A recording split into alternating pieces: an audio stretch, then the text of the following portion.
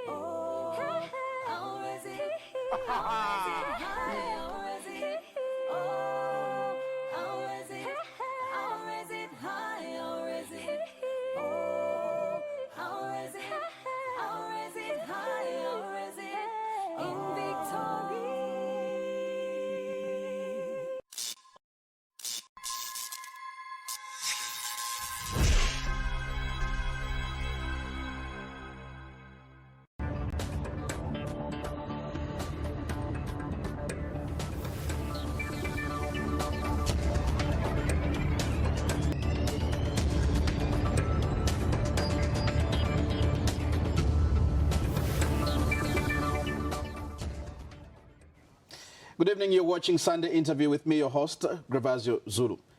Minister of Finance, Dr. Bwalya Ngandu, on Friday unveiled a 106 billion kwacha 2020 national budget with emphasis on stimulating the domestic economy. But with a near-empty resource envelope, a heavy debt burden, and a limping private sector, it is interesting to see how the government will ensure economic growth and poverty reduction with measures placed in the budget. The minister has made several important pronouncements, key among them policy reversal on proposed sales tax and a huge increase in allocation of funds for dismantling of domestic arrears. Well, Dr. Ngandu is on the program with me this evening to try and answer some of the questions as we interrogate the 2020 national budget. Doc, welcome to the program. Thank you. Congratulations. It's the first time we're hosting you on Sunday Interview since your appointment. Yes, that's true. I suppose you've settled now. No room to relax. Well, in this job, you hit the ground running. You don't take too long to settle. So, yeah, I have settled. Now, one of the newspapers, daily newspapers, Times of Zambia to be precise, described you, I suppose correctly, as minister without finance. How easy was it for you to come up with this budget with very little or no resources at all? Well, the description of me as minister without finance actually came from an article which was written by Professor Oliver Sasa. So he's the one who called me minister without finance. Yeah. I think the reality of the situation is not that I don't have finance. I have finance, but the space, or what we refer to generally as the fiscal space, is constrained, meaning that there are certain non-discretionary obligations that we have to meet, which are taking up a great percentage of the resource envelope. And for that reason, there is less left for us to place in other sectors like education, agriculture, perhaps even the social support system. So that's really what it means. That you really don't have, you may have the money, but probably doesn't belong to you. No, I have. Look, I think the easiest way of looking at it is to split the resources into two broad envelopes. There is what we call the non-discretionary expenditure, and this is expenditure that you have to meet without fail. And falling into that category is the servicing of debt obligations. And two is the remuneration to employees of government, because you can't carry your staff without paying them. Now, after you have paid out those two important items I've mentioned, then what is left is what is called discretionary, meaning that you have to make decisions as to where you put so much as opposed to so much. And so it is a trade-off between how much do I put in this sector and how much do I put in that sector. Now, if the quantity that's left for you after you've dealt with the non-discretionary part of your budget is large, then you will obviously apportion large amounts of money as a percentage of the total budget itself. The president did raise concern, I think, during his address to Parliament, that we were spending, was it over 90% on just debt servicing and remuneration for Yeah, I mean, wages, and then you remain with probably 9% or 10% Some- to put into development, put on health, put on education, and other social sectors. Yeah, the president was right. Look, if you just look at the debt servicing, the external debt servicing here, and I'm not referring to domestic debt, but just external debt servicing obligations alone, we have somewhere in the region of 33 billion kwacha. So I'm spending 33 billion kwacha as of now just to service those obligations. Now, if there is a depreciation in the exchange rate, because all these loans are denominated in foreign currency, if there is a depreciation in the kwacha, it means that in kwacha terms, the amount of money that I have to put out to service these obligations will also increase, meaning then that I have to eat more into what I've referred to as the discretionary component of the budget. And then remuneration is somewhere around 25 billion. If you put those two together, you have about 58 billion. Now, in the budget, what I've indicated is that I will raise about 72, 73 billion from revenue, and grants. So if you take 58 as a percentage of that, you find it's close to 80%. But what I haven't included in here is the amortization, which is meaning the servicing of the principal components of the debt. So if you put all those things together, the president is right. What's left is pretty close to 10%. So you basically had nothing to spend. Have you tried to change this scenario in this budget? Well, what I'm hoping Or to it's do... basically the same we had last Yeah. year, and that's what we have this year, 10% for spending? Yeah, what I've done in this budget is obviously to identify certain important components of the budget, which I think if we spend enough or we put enough resources in that area, we'll be able to begin to stimulate economic activity. I think it's not a secret that there is not much liquidity in our economy, that local businesses are hurting. And one contributor to that is our inability as government to service the debts that we owe to the domestic suppliers of goods and services to us. So if we begin to dismantle that mountain of arrears and put liquidity in the market, what will happen is you will see an improvement in the level of economic activity taking place. And with that, you will also improve the ability of ZRA to collect more, because if there is business taking place, more money is exchanging hands and people are creating wealth, you'll be able to tax them even higher. So that is the one important aspect that I want to unlock in this budget. I have increased the amount quite substantially from around 400 million in the last budget to 2.3 billion. Okay, in comparison to the extent of the arrears that you have, yeah, it could be a drop in the ocean. It is a drop in the ocean, but I think it's a beginning.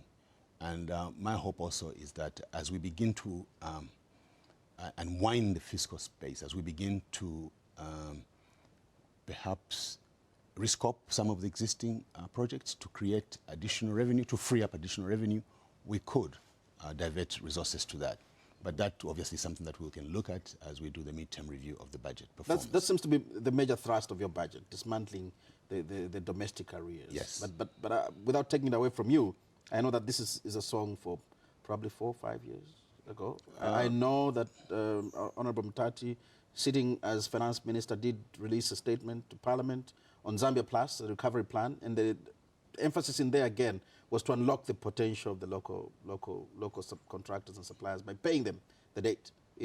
I don't think that really worked. Last year's budget, Honorable Monakatwe did set as an objective to pay dismantled domestic date. We do not seem to be getting it right, or is it a lack of resources? Well, you have it again in this budget. Yeah, there is rhetoric, obviously. Maybe we call it rhetoric? No, it is not. I want us to move away from the idea that we present a budget with a view of duping people, because that's not the intention. I don't think it's a good start.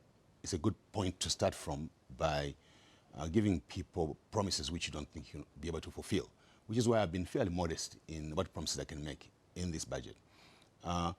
There are clearly challenges that sometimes force the implementers of the budget to shift emphasis or payments in the course of implementation. But I think for me, it is important that we revive this economy. And if we don't put liquidity in it, it will just further go into inactivity, worse than it is right now. I mean, I was comparing the state of the economy now to a man who doesn't have enough blood in his system. If you don't have enough blood in your system, what do? You transfuse, don't you? Because if you don't transfuse, you will die. So for the economy, it's the liquidity that basically is the transfusion. So we do have to put money into this economy. But also, I think we need to, as a government, accept responsibility for the fact that a lot of our people who provided goods and services to government are hurting.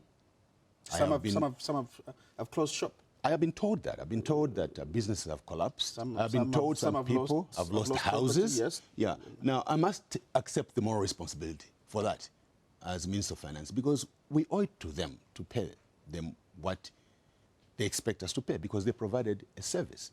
So it is a priority. I will try my best. You sound honest enough, but then if I'm sitting there as a contractor and I listened to Honorable Mtati and I listened to Honorable Manakatwe and I listened to you yesterday, I must be asking my question, one big question: what is different now? Why should they trust you? I mean, where is the assurance now that, look, you had all this, now you're getting your money? Yeah. Well, firstly, Honorable Manakatwe had, I think, somewhere around 400 million to disperse. Now, if you have a debt portfolio of close to 12 billion, I think, at the time, even when you pay your 400, it's a drop in the ocean. I have a similar situation where the amount of money that I'm electing to put into this is, to some extent, a drop in the ocean. But it's a beginning. How much is the total domestic? The total debt of arrears is somewhere around 16 billion. So it's huge. It's a huge amount. Now I'm putting 2.3 billion. So you can see the challenge that I have. That could be less than a quarter. Yeah. Which is why I'm saying that it is a beginning. It is a beginning. And the greater challenge even is to determine exactly the criteria you use for deciding who gets what. So one of the things that the implementers, the technocrats in the ministry will work on is a system that will be transparent, so that I don't end up with people screaming and yelling that we are only paying our relatives, we are only paying our friends. There has to be a transparent system. Paying party members. Party members or whatever. So that will be the first step. We clearly define the criteria, whether we will be paying a portion of a certain amount to each person involved, or whether we will be on a first in, first out basis. I don't know. But is this one of the first things you're going to do in come January? Or you have to wait until March, April, May? Well, you know, money comes in trickles. I mean, we collect revenue on a monthly basis. We collect, I think, something like 30 billion or so. So we'll have to obviously work out a schedule of when we pay what. Because as you correctly mentioned, my resource basket is constrained. So when you're in that situation, one of the important things you have to learn to do is to plan, and plan carefully. But the process will start. In fact, the process will start now. Part of the other things that you mentioned relating to the overall management of the debt situation, the work has already begun. We have already identified in the road sector those projects that we want to rescope. And by rescoping here, I mean we will be moving away from bituminous standard roads to all-weather gravel roads for the time being. But what is important is that you provide a road that people can access, can use throughout all the seasons. And you find the biggest challenge we have in particularly the rural areas, is that in the rainy season, people cannot move around. So that is something that we have already done. We have pretty much worked out a schedule of the loans which we intend to cancel. I was going to ask you that, because you restated in your budget, besides the announcement of austerity measures by your predecessor, that you were going to cancel loans, reschedule some, rescope projects, as you say, cancel the projects that stop funding projects that are below 80% completion, and all those measures. people are still waiting. You haven't gotten back to the Zambian to tell him or her that, look, now we're cancelling these 5 loans and we're going to save 10 billion. We're rescoping this road and this is what we're saving. 10 roads will be rescoped. 20 roads are being funded. 10 will hold. Yeah. Why are you holding that information to yourselves as government? Firstly, let me explain. The process of determining which projects you cancel is probably not as straightforward as the simple criterion that we will cancel projects that are below 85% completion. Because if you get a project that was funded by a loan, you have to take into account that there is, on the other side, the creditor. And the creditors have to be engaged. You have to speak to them. You have to agree terms on which you will discontinue if that is the case. And in some cases, discontinuing can actually end up costing you more in terms of financial ability. Now, common sense will tell you that if you cancel a loan, just because you said you're going to cancel loans, and then they take you to court and you lose the case and you pay more than you would have paid if you had continued with the loan and the project, then it obviously doesn't make sense. So that is something that you have to avoid. So we are clearly, carefully going through this to see which projects can be cancelled, following that general criterion that you have mentioned, but also to see if there are any potential legal liabilities that might arise from cancelling.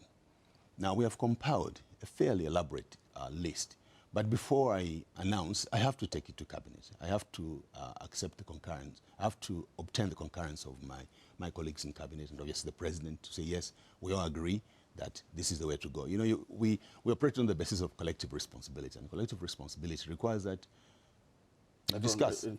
You just don't make a decision on yourself by yourself. You estimate how much you expect to save? No, I won't tell you that, because that will be telling before. Because if I give you a number now, and then in the discussion, cabinet says no, let's reduce that or increase that, you know, then the number will change, and it will seem like I was not telling the truth. I was short of being truthful, which is what I don't want to be. But the fact of the matter is, the position we are in requires that we do this. Because we cannot continue with the current situation of debt being where it is at.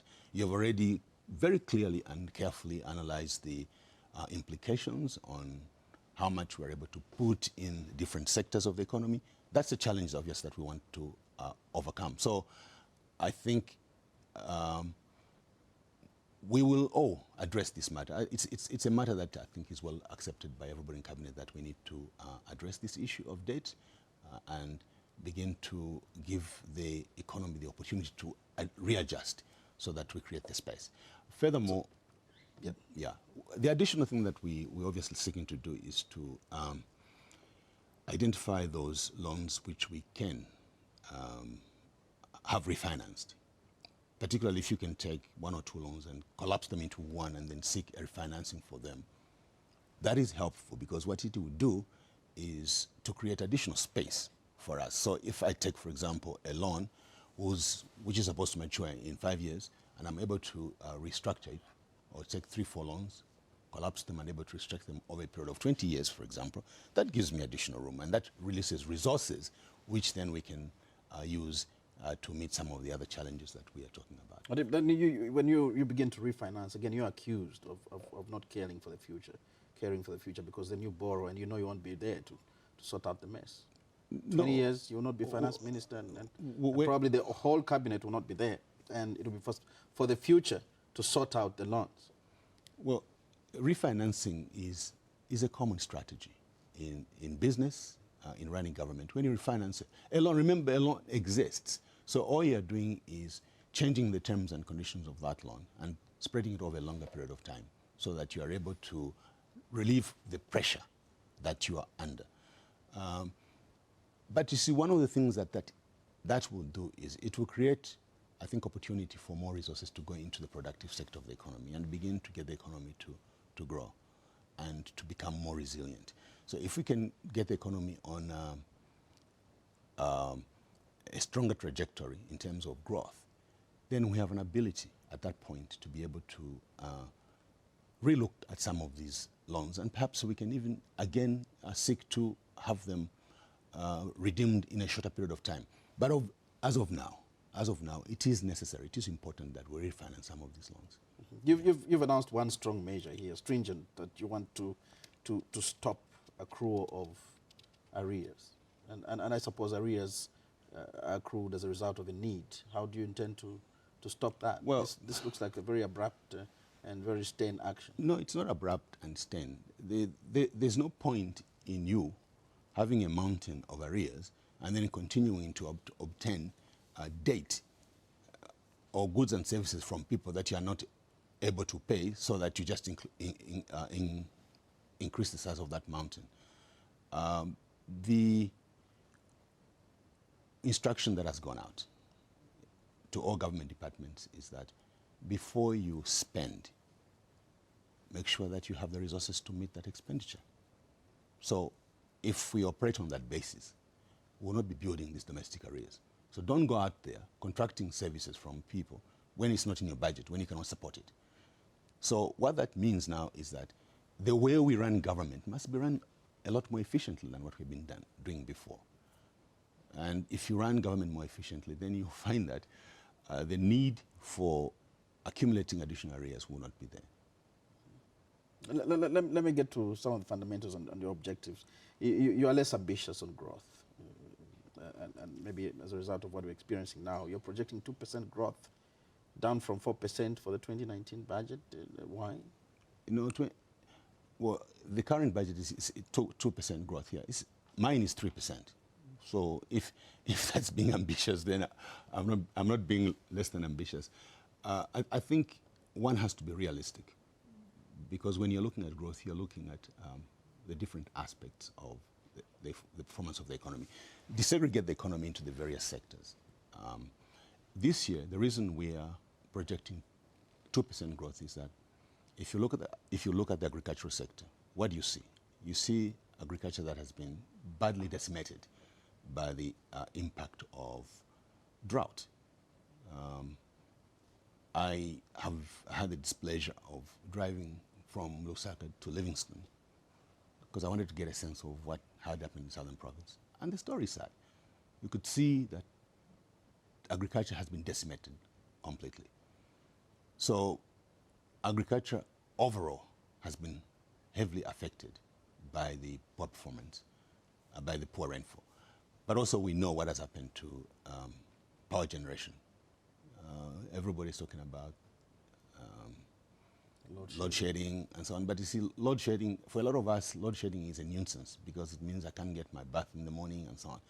But it goes beyond being a nuisance. It affects the performance of industry and industrial output.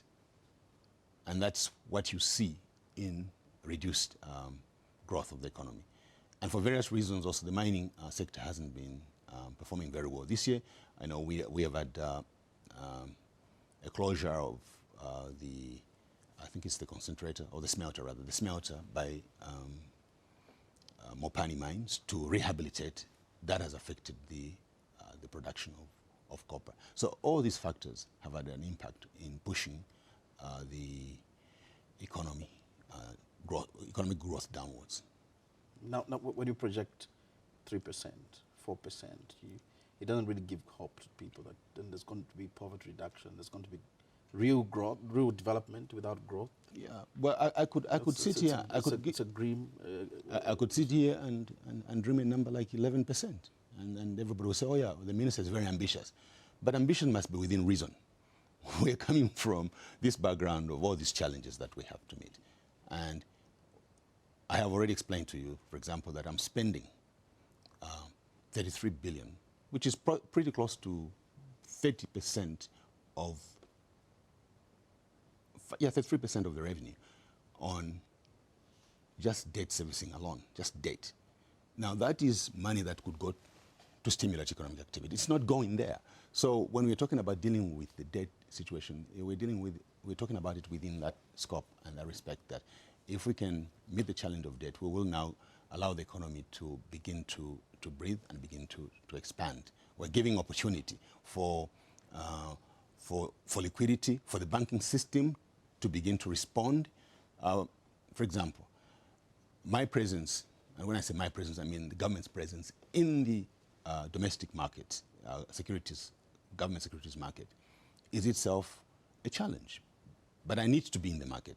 And it's a challenge to the respect that if we borrow from the market, and we borrow heavily, we push the yield rates upward. And when the yield rates go up, the banking system adjusts its own lending rates because they use these yield rates as reference rate for their own lending. So like right now, the yield rates are on bonds are somewhere around over 30%. So if the Ministry of Finance, if I as a Minister of Finance, if I am borrowing from the market at 30%, what rate do you think the bank will lend to you? Because I'm government. Government doesn't disappear. Government doesn't get sick. Minister gets replaced, but another minister comes in. Government continues. So the risk is not there. So in a sense, my rate is what you might call a risk-free rate. In your case, because you do represent a risk and there are also administrative nightmares in lending to you, most likely you'll borrow at a rate that's higher than mine. So in a sense, we are pushing rates up. And when you do that, you constrict credit in the market. The price of money goes up, so fewer people borrow. Or those who take the risk of borrowing at rates as high as 38% run the risk of not succeeding in their project because it's difficult to imagine what returns you would have to make to be able to service a loan that you're obtaining at 38%. So all these are interrelated, and all these are the challenges that we have to look at and see. So the debt hangover of government itself is part of the contributor to the suppressed growth, but also you have to understand that government has a role of stimulating economic activity. Fiscal stimulus of government, you put money in the economy. And in our case, it's paying that will help us to do that. Now, you've spoken very well about the environment and the impact of climate change. The president did articulate that in his speech as well. But looking at your budget, it speaks to the contrary. You're failing to walk the talk. Your allocation to environmental protection is down from, I think, 895 to 611 million. Yeah, I think the number you saw there was for one institution, the Environmental Protection Agency or something. That's the number that is shown. But environmental protection is a cross-cutting issue. And all cross-cutting issues have been catered for in the various budgets of ministries. So if you take energy, for example, energy and the budget to energy took into account the fact that there has to be adjustment made in that space. If you look at the Ministry of Natural Resources, also we took into account as we're budgeting the fact that they have to cater for the impact of environmental and climate change. So it's a cross-cutting issue. So your explanation would be that you've moved part of this money to these other sectors. Yeah, it's a cross-cutting issue. And this drop does not really reflect a real drop in funding to climate change. No, because one of the things we did in putting the budget together was we started thinking in terms of clusters. You put together a number of functions that you are supposed to be funding and see how you can rationalize the resources. And this is obviously arises from the fact that I have a limited basket. So it's easier for me to expand activities within one ministry to cover cross-cutting issues like youth. You'll find that youth is the same. You won't see any number there specifically for youth because it's a cross-cutting issue. You won't find any number there with respect to maybe women or the physically challenged. It's because it's a cross-cutting issue. So when the Minister of Fisheries and Livestock is looking at our programs to support aquaculture, for example, she needs in her budget to cater for the youth, not just for old men like us, but the youth, the women, and so on. So you have to disaggregate the budget by ministry. And what we'll be doing is I'll be sitting with each ministry to see how best the allocation is made to reflect the need to allocate reasonably and sufficiently to these cross-cutting issues. Still looking at allocation, a quick scan, I note that general services, defense, public order and security seem to be the only sectors in the budget that have received increased funding compared to 2019 budget. Yeah. Economic activity, no increase in there. Actually a drop. Well, yeah, but in general services, there's a lot of things that are in there, you know. So you have again to desegregate each of these items to be able to see. But it's a lot of things that are in there. I know defense has been raised as an issue because and public order and security. Do we have such a huge challenge that defense, public order and security seem to be growing? Then we seem to be reducing on health, education, and others. Let me first just talk about defense alone. The challenge of defense is that the technology in the defense sector changes very quickly. And you find yourself with a lot of obsolete equipment and machinery. Now, you can't have a defense force that has obsolete equipment, obsolete machinery. But as you replace them, the cost of replacement initially is reasonably high. And I think that's what is reflected in there.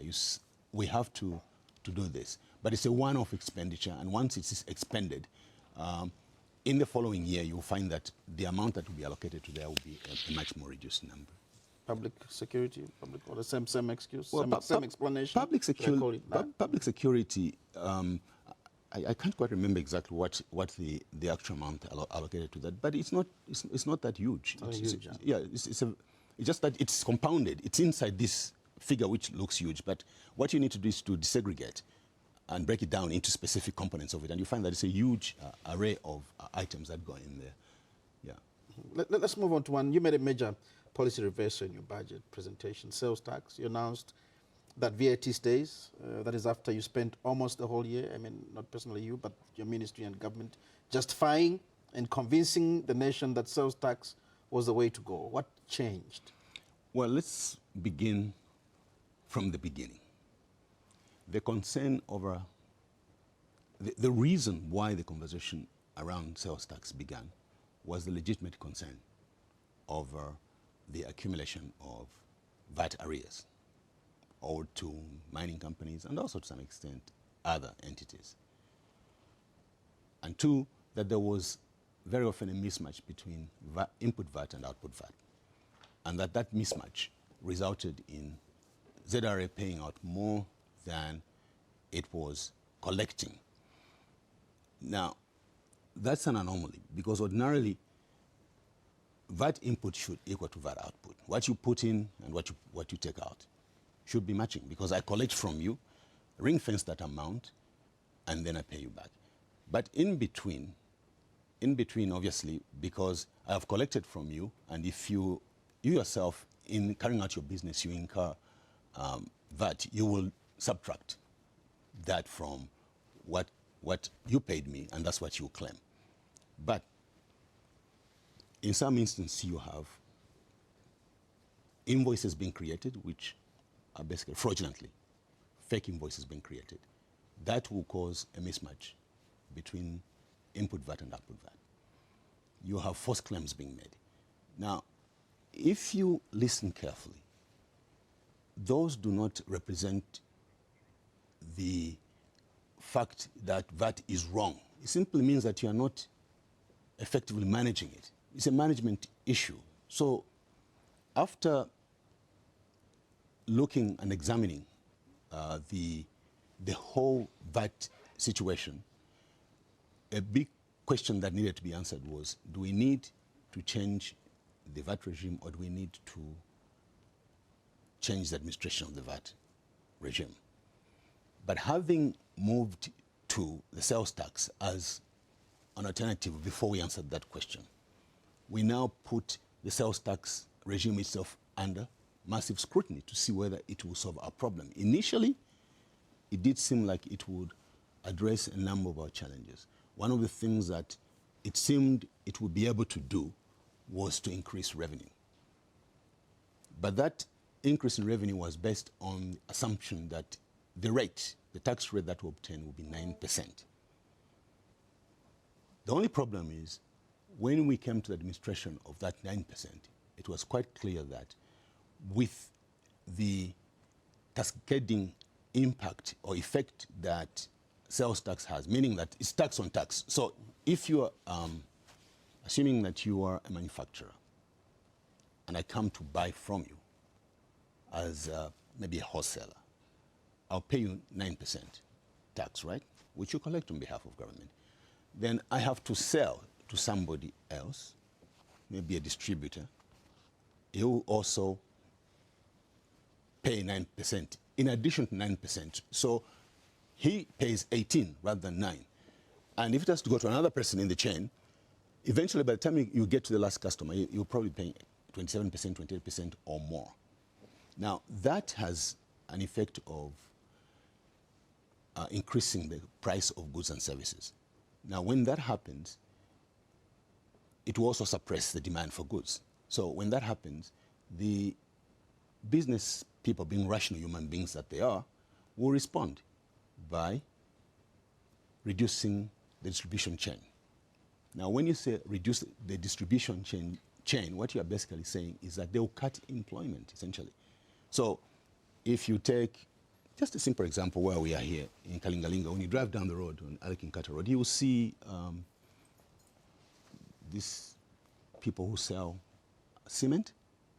Yeah, those are part of that distribution chain. They are at the far end of the chain, all right? So with sales tax, this would be cut off. But these things you're explaining were really explained by stakeholders, and government said this was a point of no return. No, government didn't say it was. Were you misled by technocrats? No, there was nothing like that. Maybe maybe the correct thing you can say is that perhaps the engagement before the decision was made wasn't exhaustive enough. But when we engaged the business community and went through the numbers and the permutations and spoke to the various associations that represent the business community, it was very clear that a good number of them, in fact, would cut the distribution chain as a response. This was basically turned into a battle, not really a consultation. No, it wasn't. Government was busy defending, and the public was really it wasn't. The stakeholders were really also speaking and trying to get their voice in. That's not my experience. My experience was that when we came to the point of implementation, we were very open about engagement. In fact, we kept both options open. The VAT option on that side, with the view that you address the inadequacies, but also to listen more intensely to what the business community thought would happen and whether or not it would work. I didn't get a sense that we were fighting. I got a sense that we were listening and talking to each other and trying to understand the actual implications of proceeding with the VAT. Government could have... Let me quote this article. I think it was written by the ZRI commissioner. I suppose picked it from internet. And it says, value-added tax in an economy with limited value addition and a large informal sector is bound to fail. And that is the exact complexion of the Zambian economy. And VAT has effectively failed in Zambia. If you examine this African continent, you'll probably find that out of the 54 countries in Africa, a predominant number, maybe 44, 45, 46, use the VAT regime rather than the sales tax. And those that don't use the sales tax, I mean the VAT regime, use a combination of some other taxes. But most of these countries, in terms of their structure, are structured like we are. What is required from our side is to deal with the administrative challenges. And I think this is the verdict that government eventually arrived at. And cabinet debated this intensely. I know that some people would say, oh, government has done a U-turn and so on. Government is being inconsistent. But I think that when faced with new evidence and new facts arising from analysis, I think it's correct to change your mind. The position. Yeah, I mean... There was another argument that, look, sales tax would eliminate government's dangerous exposure to perpetual refunds which escalate domestic debt and probably push the mines to pay tax. We were told, right on this program, that maybe 2 mines only declared profit. Well, the others have been making losses for the 16, 20 years they've been around. You are confusing two things there. VAT refund and tax are not one and the same. VAT refund was supposed to push them to pay more tax. No. How would sales tax get them to pay more tax? If, for example, you see, tax in the form of corporate tax is paid as a result of working out all your costs, your revenue and your costs, and then ending up with a bottom number, right? It's from there that you pay. Now, if, for example, a mining company is cheating on its costs, on its imports. It exaggerates the imports. It doesn't matter whether you're using VAT or using sales tax. It will still cheat at the end of the day, and you won't be able to get the corporate tax that you expect to get. So the two are not the same. VAT refund, as I explained, is simply a situation of I collect VAT from you, all right? And then at point X, I pay it back to you. So in this situation now, what we have decided is that for all capital equipment, for the mining industry, we simply zero rate. So I don't collect VAT from them, and therefore have no obligation to give them back the VAT. So the problem is not there. Whereas if I collect, I have to give it back. And if I don't ring fence that amount, if I don't ring fence it, then at the time I'm supposed to be paying back, I'll have a problem of paying it. So the easiest way out is to simply zero rate it so that we don't collect it. Remember, VAT is not corporate tax. Corporate tax is different. So now we had a concern that mines were not investing and instead using VAT refund to plow back into their businesses. Well, VAT refund injured not just the mining companies. It injured a number of companies. Let me give you an example. Zamefa is one such company that was injured by the fact that we were collecting VAT but not refunding. So we were actually hurting business by not refunding. We are collecting their money. It's their money, and we're supposed to refund it, less any other, because you get an input and you have an output. So we were supposed to be refunding it. It's not our money. And ideally, what we should have been doing is to ring fence the money. You ring fence that money and pay it back when it's required to be paid back. But we make it look as if somehow the money belonged to us. It doesn't belong to us. You are basically refunding business the amount that is due to business to be refunded. VAT is ultimately paid by the final consumer. Remember that. It is not the business that pays the VAT. It's the final consumer, ultimately, who pays that 16%. So whoever is consuming the good at the end of the chain is the one that pays. Because for the final consumer, there is no claim back. But business in between claims back. Let's look at measures that we've put in place to ensure VAT is more beneficial now and the reason why you think it should stay. Well, like I mentioned earlier on, the question that had to be answered, even as we had moved to the decision that will go with sales tax is what is wrong with VAT something that can be fixed administratively, or is it one that requires a shift in the policy decision? Earlier on, I think the decision was that we required a shift in the policy decision. But when sales tax itself was put under the microscope, because now you're going to implement it. You see, very often things look okay until you begin to implement. If you remember, the first date of implementation was April this year, right? It wasn't done. And then it was shifted later, I think, to August. Again, it wasn't done. Clearly, what that is pointing out is that the challenges of implementing the sales tax now became clearer to those of us who are trying to implement. And at that point now, we have to go back and ask, oh, well, maybe VAT isn't so bad. And the decision was, yes, we can actually reform VAT. The challenge now requires that we make use of technology to ensure that we get rid of all these double claims, all this creation of invoices, because that's what causes the problem. When people are duplicating invoices, when people are cheating. So, for example, now, we are insisting on automation, and the system will be up and running by the beginning of January. We are insisting on compulsory use of electronic fiscal devices, meaning that when you transact, you'll be picked, and information relating to the purchaser and the seller will be transmitted electronically. And the electronic devices are such that ZRA can pick if, for example, you're not using it. because it will communicate. It will be able to show downtime when it was not working. These are just some of the measures that we want to put in place that will ensure that we get on top of the situation.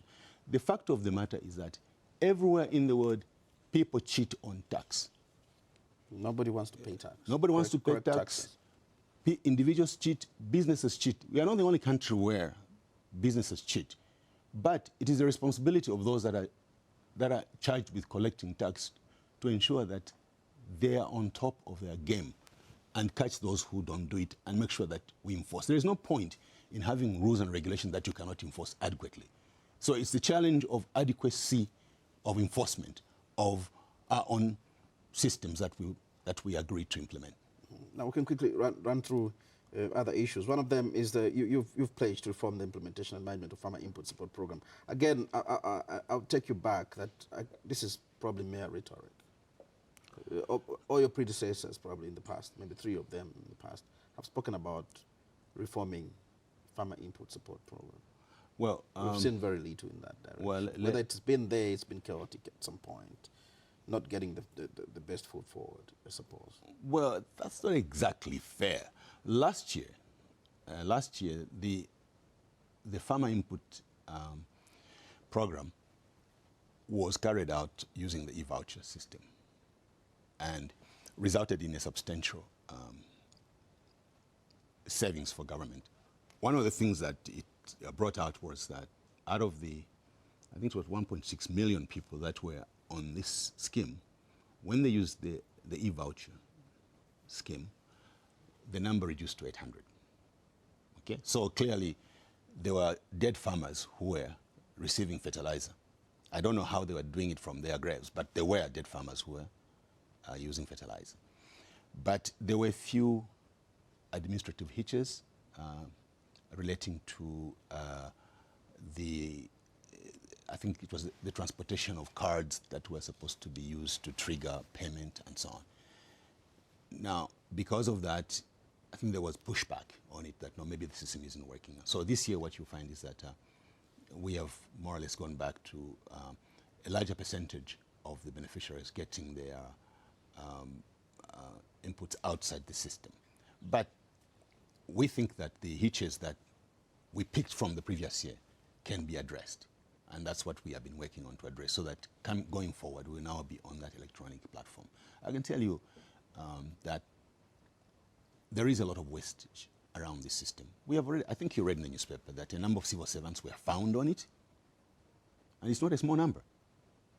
Now, we're only able to pick because of going electronic, because now you can match the registration card number with the person. For example, we found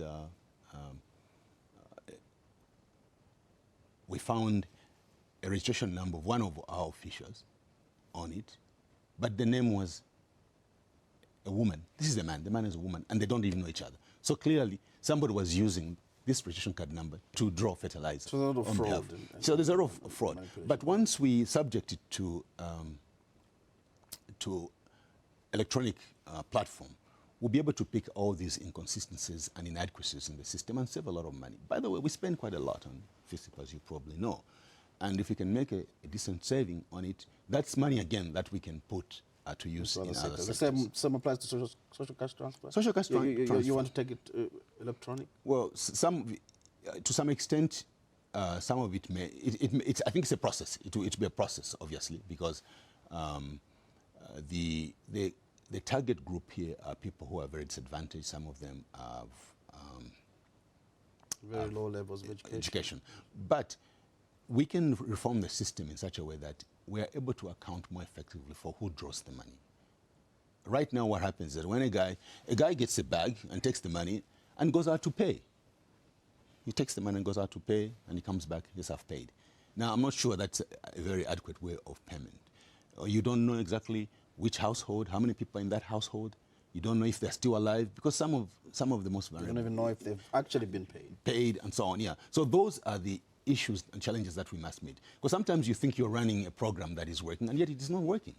And you think you are benefiting people, but you find that the resources, in fact, are not going to the people you want to benefit from, but are actually going to other people who really shouldn't be drawing from the system. So those are the kind of challenges that we need to meet. I think You're working on with, Yeah. with moving to electronic system. Absolutely. Now, I want you to address this issue.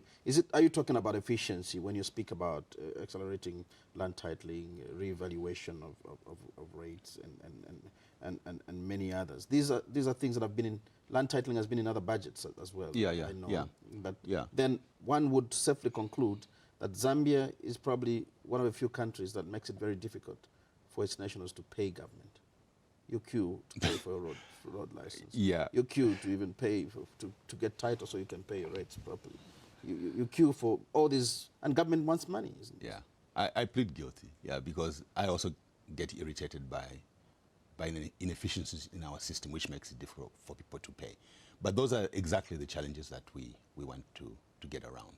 I think that the advancement in technology now gives us a great opportunity, a massive opportunity for us to be able to deal with these challenges.